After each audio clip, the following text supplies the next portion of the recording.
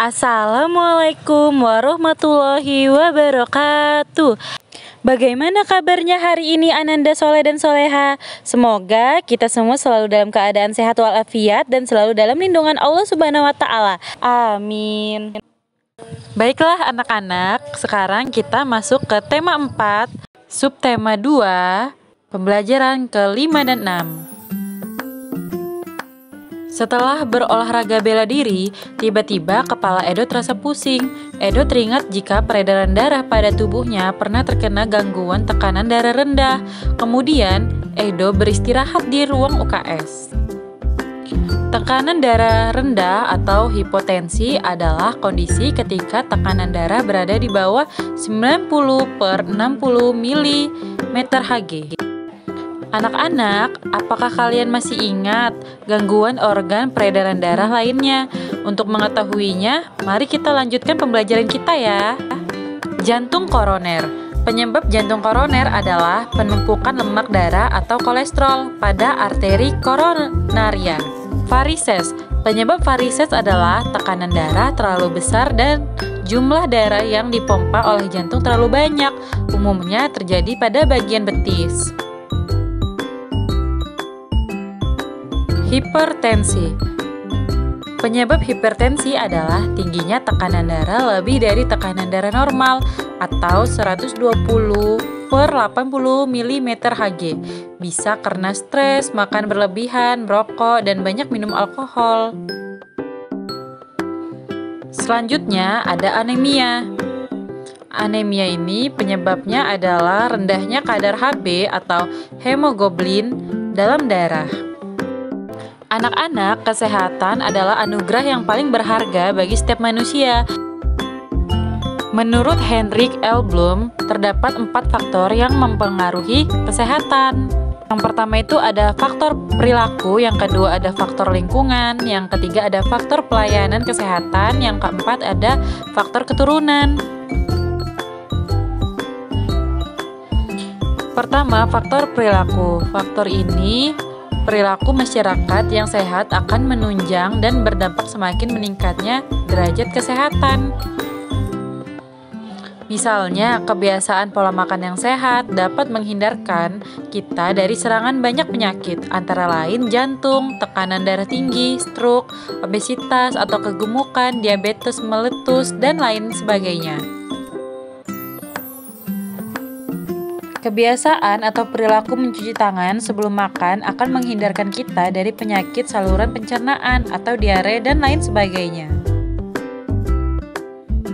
Perilaku menggosok gigi setelah makan dan sebelum tidur dapat mencegah penyakit seputar kesehatan gigi dan mulut.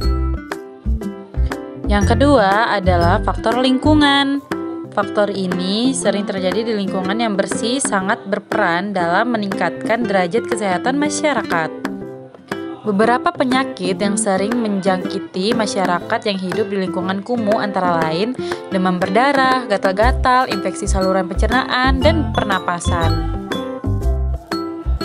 Yang ketiga adalah faktor pelayanan kesehatan.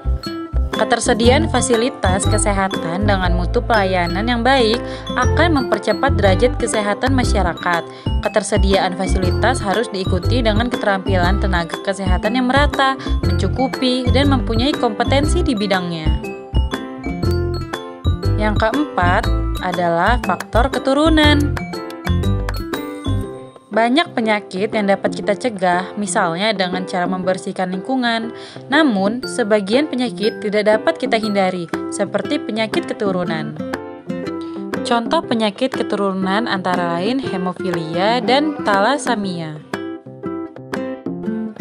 Anak-anak, menari juga merupakan kegiatan yang menggerakkan anggota tubuh. Dalam menari, hendaknya menggunakan pola lantai supaya gerak yang diperagakan lebih indah. Pola lantai adalah garis yang dilalui penari pada saat melakukan gerak tari. Pola lantai pada dasarnya ada 2 garis dasar, yaitu garis lurus dan garis lengkung. Berikut adalah contoh pola lantai, yaitu pola lantai vertikal, diagonal, dan melengkung. Anak-anak, coba sekarang kalian amati tari yang dibawakan oleh Siti dan teman-temannya. Siti dan teman-temannya menari dengan menggunakan properti tari berupa busur panah. Gerakan pertama memegang busur dengan tangan kanan, diikuti dengan kaki kanan jinjit di samping kaki kiri. Gerakan kedua, busur panah diarahkan ke samping kiri, lalu kaki kanan melangkah diikuti kaki kiri jinjit di samping kaki kanan.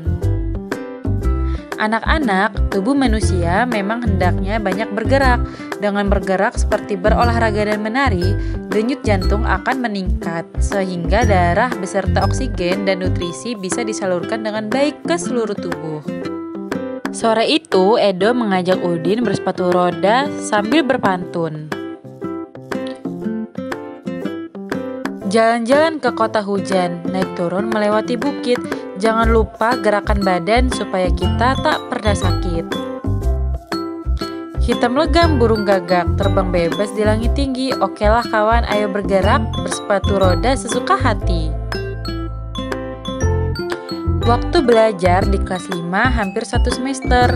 Meskipun baru di semester 1, Siti dan teman-teman berkumpul untuk berdiskusi membicarakan rencana pentas seni akhir semester 2. Siti dan teman-teman sepakat pada acara pentas seni akan mementaskan tarian dengan properti. Mereka juga sepakat setiap anak harus bertanggung jawab akan tugas yang mereka sepakati.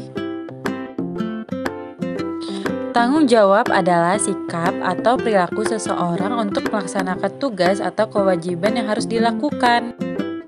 Selesai berdiskusi, Siti dan teman-temannya membersihkan ruangan tempat mereka berdiskusi. Mereka membersihkan ruangan sambil berpantun. Si Dayu menari-nari, jangan lupa pakai selendang. Wajah dia berseri-seri karena kamu selalu berdendang. Bu Ratna pergi belanja, ke pasar beli kain katun. Siti selalu bisa saja menyapu sambil berpantun. Anak-anak, pantun yang diucapkan oleh Siti dan teman-temannya merupakan pantun jenaka. Baiklah, sekian pembelajaran kita hari ini. Wabillahi taufiq wal hidayah. Wassalamualaikum warahmatullahi wabarakatuh.